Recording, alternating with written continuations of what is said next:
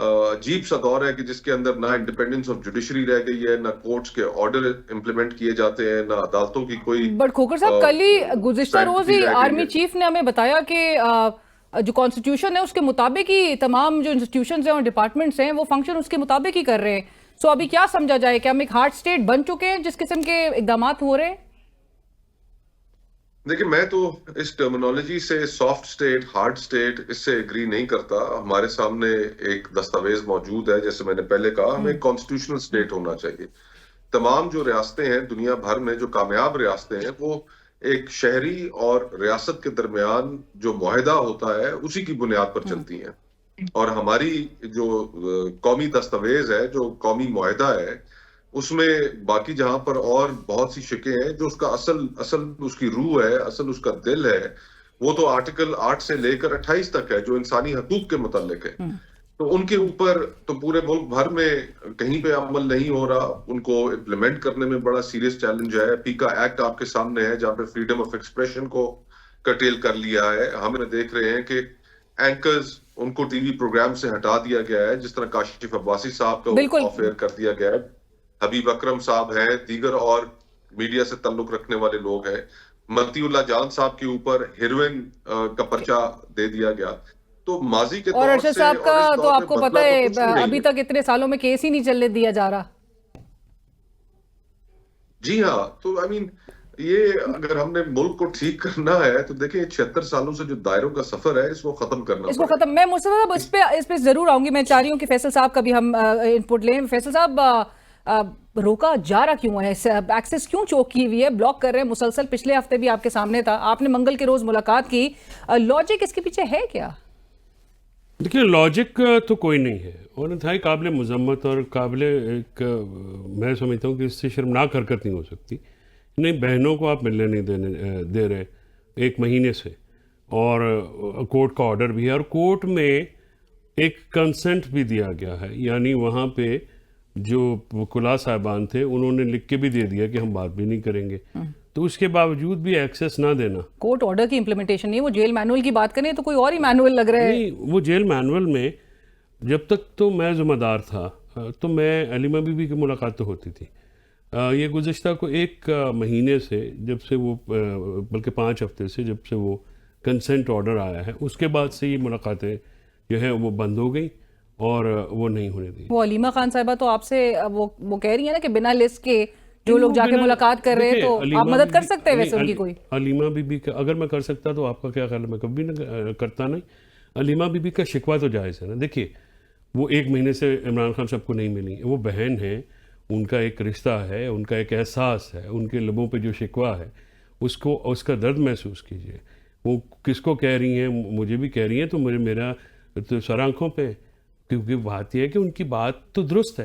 پچھلی دفعہ جو ان کے ساتھ ٹریٹمنٹ کیا گیا پچھلے منگل کو ان کو جو ہے بٹھا کے گرمی میں، اور لسٹوں کی جہاں تک بات ہے، وہ تو پھر اس سے پیچھے علی ظفر اور بیرسٹر صاحب بھی گئے تھے، اور لسٹوں میں لسٹوں کی ایک آن گوئنگ ہے. ٹھیک ہے، وہ بات آپ جس طرح سے کہہ رہے ہیں کہ 5 ہفتے سے اگر یہ ہو رہا ہے، اور نہ دیا جانا پر یہ کورٹ کی جو آپ نے ذکر کیا ہے، سلمان اکبر راجہ صاحب نے بھی جب بیانی حلفی دے دیتے ہیں، باوجود اس کے کورٹ کے آرڈر ہے، اس کی کمپلائنس نہیں ہو پا رہی. دیکھیے، یہ ڈباکل ہو گیا ہے 26ویں آئینی ترمیم میں.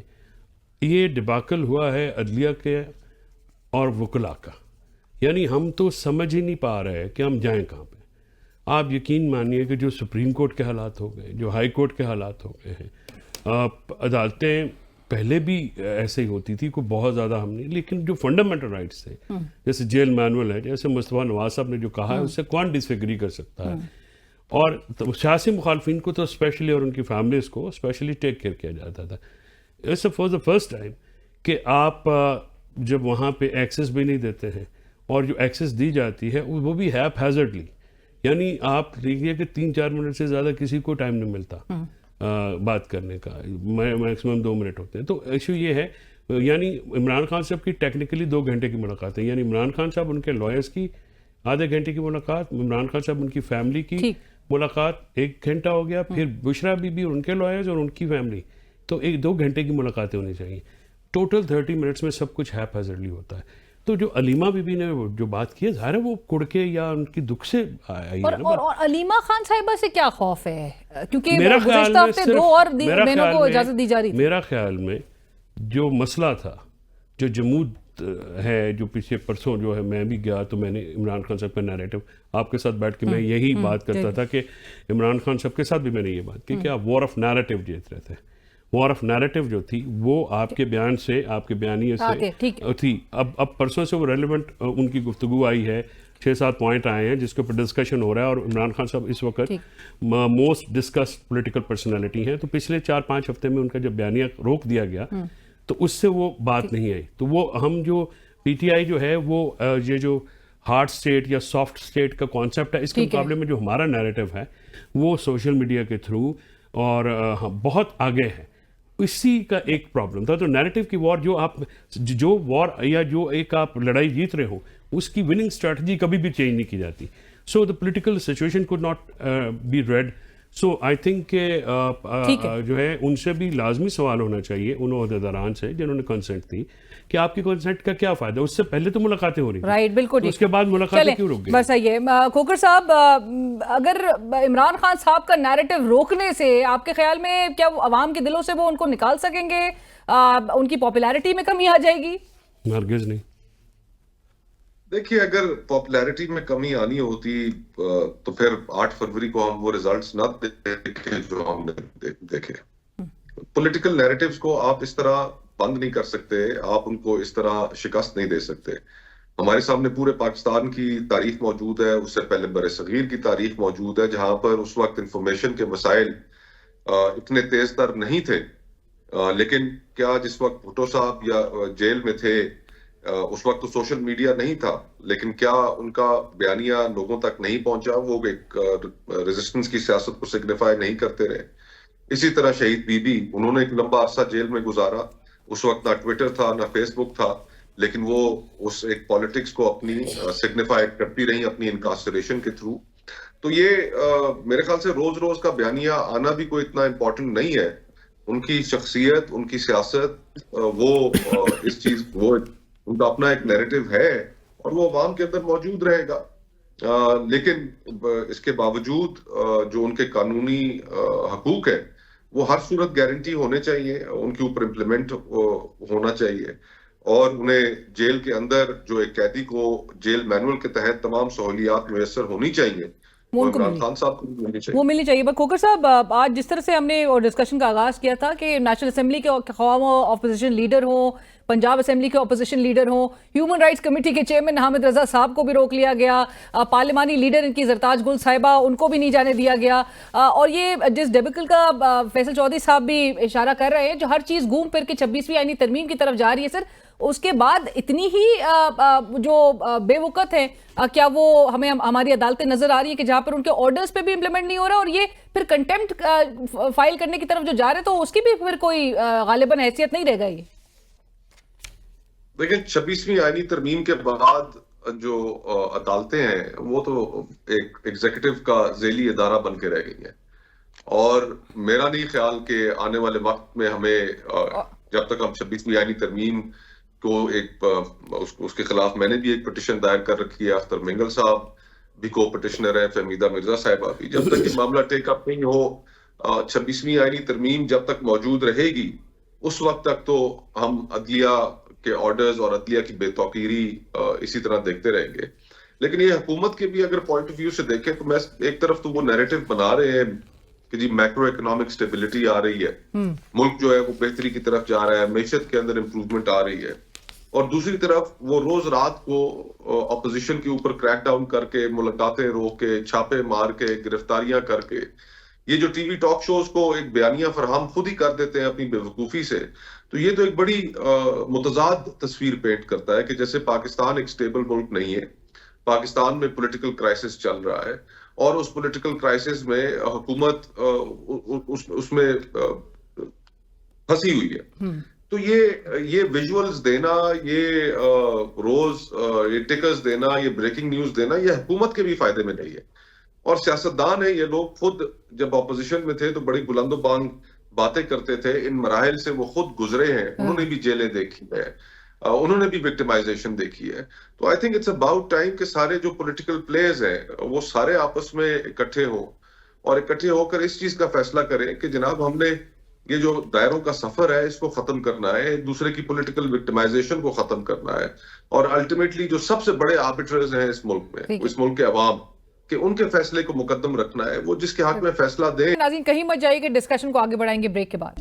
Welcome back. ڈسکشن کو آگے بڑھائیں گے. ہمارے ساتھ پروگرام میں موجود ہیں فیصل چودھری صاحب اور مصطفیٰ نواز کھوکھر صاحب. فیصل چودھری صاحب, آج یہ بھی ضرور ہم جاننا چاہیں گے کہ 4 ماہ میں جو عدالت نے کہا تھا کہ ٹرائل آپ نے 9 مئی کے معاملات کا وہ آپ نے کنکلوڈ کرنا ہے, اس کے حوالے سے ضرور بتائیے گا کہ اس پہ اعتراض آج لطیف کوسہ صاحب نے اٹھایا ہے.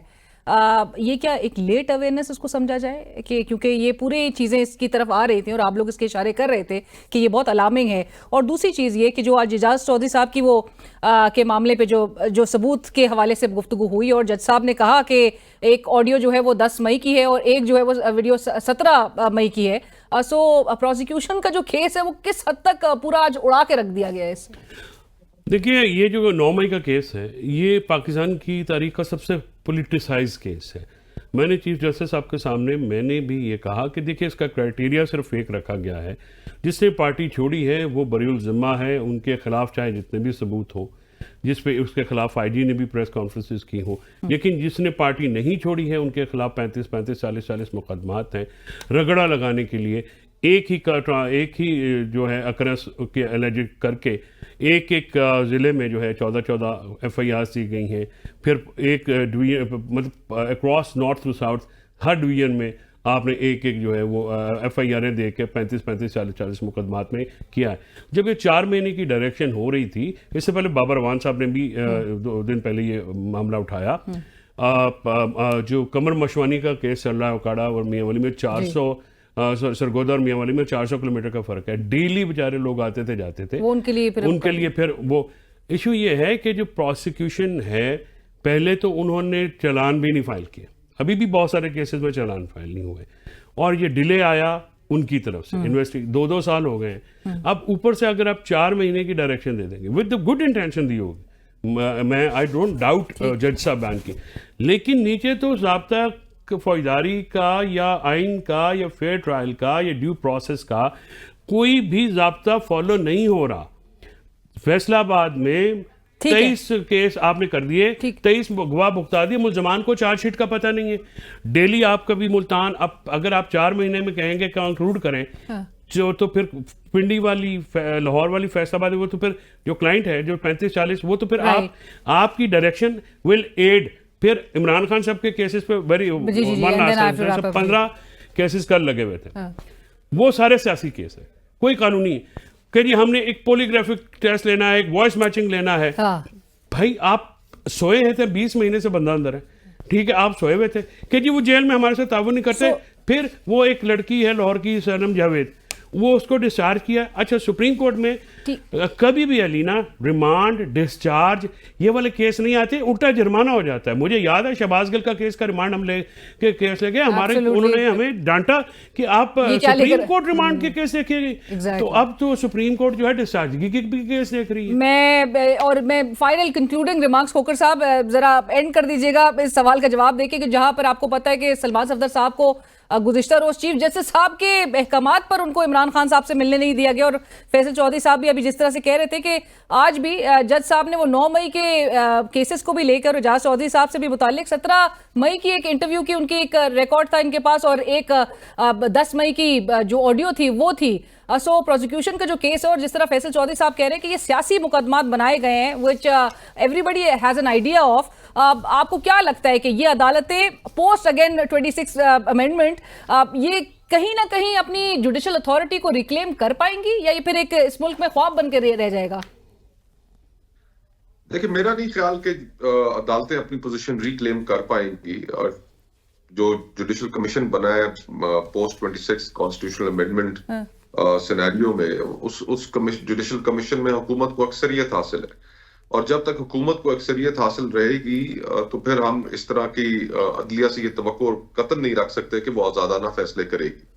ویسے بھی ہمارے ملک میں ہماری عدلیہ کی تاریخ کوئی شاندار تاریخ نہیں ہے, لیکن اس کے باوجود ایک ہوپ تھی، ایک فورم تھا کہ جہاں پر کسی بھی فریق کے ساتھ کوئی بھی زیادتی ہو تو وہ یہ توقع کر کے کہ اس کو ایک آزادانہ ہیئرنگ ملے گی تو وہ دروازہ کھٹکھٹا سکتا تھا، لیکن اب خیر وہ صورتحال بھی نہیں رہ گئی. سر فائنل ہماری باروں کا بھی رول جو ہے نا، فائنل مصطفیٰ صاحب بھی وکیل ہے، میں بھی وکیل ہوں، ہمارے بار ایسوسیشن خاص کر اسلام آباد ہائی کورٹ بار ایسوسیشن کا آج کا جو کردار ہے، میں being the member of the بار میں انتہائی امبیرس ہوا ہوں آج کہ جس طرح سے کمپرومائزنگ قسم کی آپ نے جا کے پٹیشن وڈرا کی، اور اس میں اور ووٹ جو ہے آپ نے 26ویں ترمیم اور عدلیہ کی آزادی پہ لیے. میں بہت ہی آج ایز اے ممبر بار میں پریشان بھی ہوں اور میں امبیرس بھی ہوں. تھینک یو سو مچ فیصل چودھری صاحب، مصطفیٰ نواز کھوکھر صاحب، تھینک یو فار جوائننگ اس. اور ناظرین بڑھیں گے ایک بریک کی طرف، لیکن آپ کو بتائیں کہ گزشتہ روز ہماری ملک کی موجودہ معاشی صورتحال کے حوالے سے گفتگو ہوئی، اور یہ خصوصی گفتگو تھی جو ہم نے کی ڈاکٹر حفیظ پاشا صاحب، سابق وفاقی وزیر خزانہ، ان کے ساتھ وہ کیا رائے رکھتے ہیں اور ایک حقائق پر مبنی یہ جو تجزیہ انہوں نے پیش کیا، آپ کو دکھائیں گے ایک بریک کے بعد. اور ناظرین پاکستان کی معیشت کس ڈائریکشن میں جا رہی ہے، کس جانب بڑھتی ہوئی دکھائی دے رہی ہے؟ اس وقت چیلنجز معیشت کو بہت زیادہ حائل ہیں. ایسے میں پاکستان کے وزیر اعظم شہباز شریف صاحب جہاں پر ایک طرف بجلی کے نرخ میں کمی کا اعلان اور اس کو بڑا سیلیبریٹ بھی کیا جا رہا ہے، وہیں دوسری طرف پیٹرولیم مصنوعات کی قیمتوں میں ان کو انچینج رکھا گیا، جبکہ عالمی سطح پر یہ پرائسز ہمیں بڑھتی ہوئی دکھائی دے رہی ہیں. اور جس طرح کی چمگوئیاں ہو رہی ہے کہ شاید آئی ایم ایف کی پریشر کی وجہ سے یہ جو ریلیف ہے جو عوام کو دینا بنتا تھا وہ نہیں دیا گیا ہے. اس پر بات کریں گے، اور معیشت کو حائل چیلنجز اس وقت ہمیں کیا بتا رہے ہیں، اور جو ہمارے جانب سے کرنے والے اقدامات تھے وہ کیوں نہیں ہماری پاکستان کی جو حکومت ہے وہ کر پا رہی ہے. ڈاکٹر حفیظ پاشا صاحب نیڈز نو انٹروڈکشن، سابق وفاقی وزیر خزانہ and prominent Pakistani economist joins us right now on the show. السلام علیکم ڈاکٹر صاحب. جی السلام علیکم ڈاکٹر صاحب، thank you so much for joining us. Doctor صاحب ٹو بگن ود، گزشتہ رات جو یہ خبر سامنے آئی کہ 15 روز کے لیے ہماری موجودہ حکومت نے پیٹرولیم مصنوعات کی قیمتوں کو انچینج رکھا. آپ کو پتہ ہے کہ 2 دفعہ مارچ اور اپریل میں پیٹرولیم پروڈکٹس پہ جو لیوی ہے اس کو بڑھایا گیا، اور جبکہ عالمی مارکیٹ میں، انٹرنیشنل مارکیٹ میں پرائسز کم ہو رہی ہیں تو یہ ریلیف اس لیے نہیں دیا گیا کیونکہ وزیر اعظم شہباز شریف صاحب کہتے ہیں کہ یہ پیسہ جو بچے گا وہ بلوچستان کے پروجیکٹس پہ اس کو لگایا جائے گا. از دس جسٹیفائیڈ ڈاکٹر صاحب؟ بسم اللہ الرحمن الرحیم. دیکھیے یہ جو ڈیسیشن ہے کہ آپ پیٹرولیم لیوی کو کم کریں گے، بڑھائیں گے، یہ ایک طرح سے پارلیمنٹری لیول پہ بھی اس پہ بحث ہونی چاہیے. ایک نظام ہے کہ فائنینشیل ڈیسیشنز میں ہمارے پارلیمنٹ کا انوالومنٹ ہونا چاہیے. دوسری طرف یہ اگر آپ جو سیونگز کر رہے ہیں اور ریونیوز بڑھا رہے ہیں ان کو آپ ایک خاص مقصد کے لیے استعمال کرنا چاہتے ہیں تو اس کے لیے بھی ایک پراپر اپروول پروسیس ہوتا ہے. تو اس پروسیس کو سرکموینٹ کیا گیا ہے، اور یہ میں سمجھتا ہوں کہ this with all due respects is not the right way for public financial decisions to be taken.